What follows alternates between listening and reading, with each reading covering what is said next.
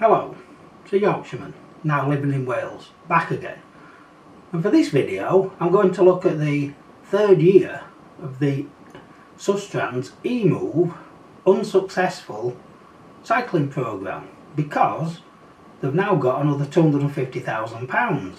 So I'm going to take you through some of the documentation to go with it. And the first slide you can see is my request. And as you can see, it's to authorise a scheme 2021-24 the third year.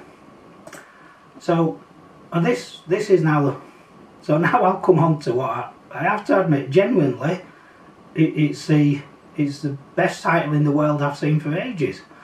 And as you can see, it's called The Head of Happier Lives. Now I think I could do 10 minutes on that, but I mean, just imagine that, happier lives. And they must know they've made near enough 500,000 people, plus I should imagine more, very unhappy. But just imagine, what do? Oh, I'm the head of happier lives. And how's that working for you? Oh, they're loving it. Really? Anyway, so I think that sort of tells me personally, the sort of people who we're dealing with. But as you can see in red, we've also got £250,000. So that's what they've been allocated of, wait for it, our money. So once again, it is our money. Now, the other bit is who authorised this. So what you saw was part of the letter, but again, as usual, it is redacted. But we do know, Deputy Director, Transport Strategy Policy, also, and this is a key thing here, as you look at it, Deputy Minister for Climate. So everything is connected to climate change. And I am going in the middle of doing another video which makes a link for you. So this is their extension from Sustrans. And I have to admit, if I was working in a department which literally dealt with looking at applications, I'd struggle to allow this to go anywhere, because as you can see, as I've put just before, it says car use has sharply increased over the last 50 years. Well, yes, it would do, because I should imagine that's a key time when we're developing cities and towns. And don't forget, the same governments told us that we need to be mobile, we need to get out and get a job. So that's not really a surprise, is it? And then everything else, walking, cycling, public transport use have declined. Yes, I'll tell you why. Public transport hasn't declined, it was taken away, or it was made inoperable through a series of government measures. So don't make that as an excuse, because literally it's a fact. Nothing to do with me, nothing to do with anybody else. Governments did it. And then it says most housing and commercial developments over the last have been shaped by cars. Yes, that's a fact. Cars, lorries, vehicles. And I'll tell you why that is, because I have never seen a push cycle or an e-cargo start to do a building site. Never. It don't work. I asked a question once on Facebook, and it went along the lines of, how many e-bikes or cycles have you seen building a road? And boy, that did upset the cycling community. But what I was doing was making a point. Again, that doesn't mean anything, because that's a fact of life. And then of course we've got road transport is a major contribution to harmful air pollution. Well, that's going down and down. However, 20 miles an hour makes that air pollution worse. So I don't know why you're saying this is a success. And then on the other bit, you go on to say 20 mile an hour speed limits are a welcome step to support active travel. Again, that just tells you the agenda by what I'm going to call the others is to stop us using private vehicles. Right, now this is what I find quite interesting, and this is what I've extracted from the proposal. And what they did was they used multiple deprivation, which and it does not necessarily ensure gender equality. I don't know how you work that out. Anyway, so back to the slide. Now, as you can see, on the right hand side is what they started off with, and they went for Barry, Swansea, Newtown, Mill and Aberystwyth. Now, I actually went through and put a search in using the magic of the internet, and do you know what? they're not the most deprived areas. They should have been doing this in Cardiff, Rhondda, St Taff and Caerphilly. But they didn't. So straight away we know this is wrong. And in fact, Rhyl is number 8, 7 and 11. And the other ones don't really show up. Now, again, if I was looking at this and someone said, oh, deprived areas, Aberystwyth, I'd have thought, really? I don't get that. And I'd have just pulled them up straight away.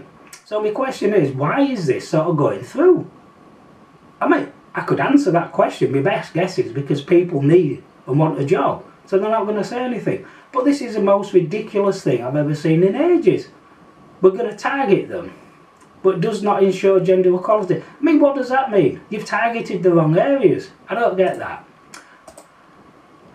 So, then they go on to this little bit of progress to date. Now, they haven't included the full data because I did a video on it. And as you can see, they're saying 130 individuals. Well, let me do a summary. Bottom line is, over 2 years, about 500 odd people borrowed these cycles, blah blah blah, went out, but they all did 2.7 miles over 2 years. And this is including the ones on the e-cargo bikes. So £1 million?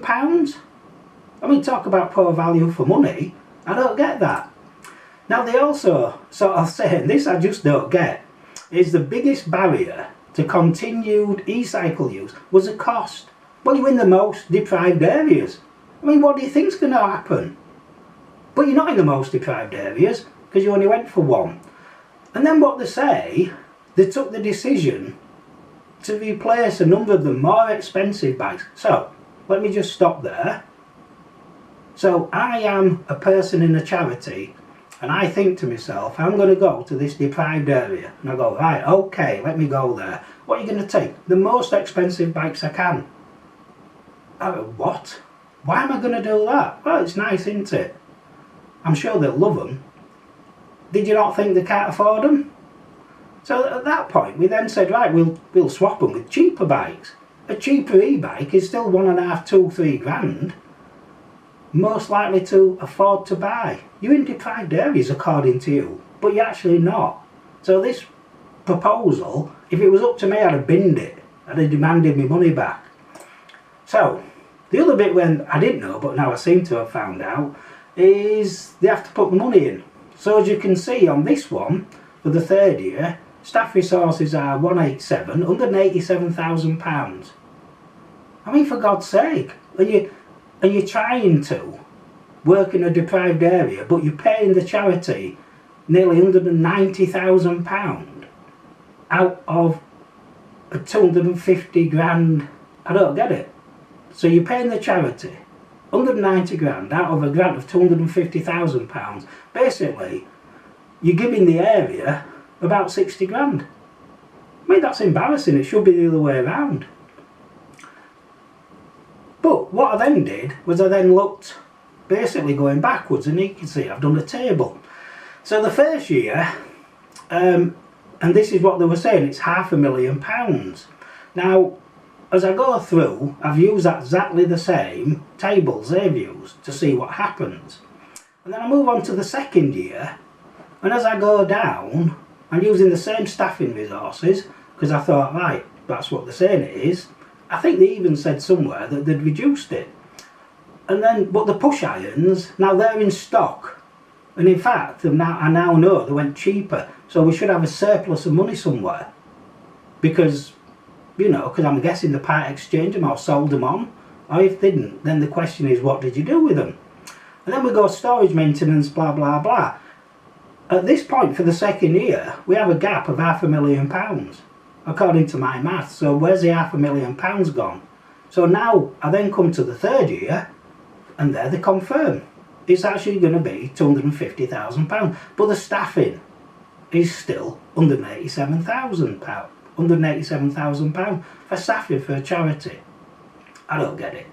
So, in summary, if I can do a summary side, basically, Sustrans have no idea what they're doing, because to me, they're targeting their charity efforts in the totally wrong areas. The documentation makes no sense at all. And I would like to know in government who's basically going through this and saying, yeah, that's fine. Because if I can find this out on the internet with a couple of clicks and pull out all these faults, basically it's a waste of my money and everybody else's money. I don't get it. And this didn't take me too long. So hopefully you've got a bit annoyed, because I'm flabbergasted. But on the plus side, we have managed to know that one of their job titles at Sustrans is basically Head of Happier Lives. I mean, what a job title that is. I mean, do you have a badge with it on saying, look at me, Head of Happier Lives, and you go around smiling insanely all day? Gosh, I mean, I just can't get over it. So, thank you for watching. Hopefully, you found it informative and relatively useful. Please click and leave a comment. Thank you for watching. Goodbye.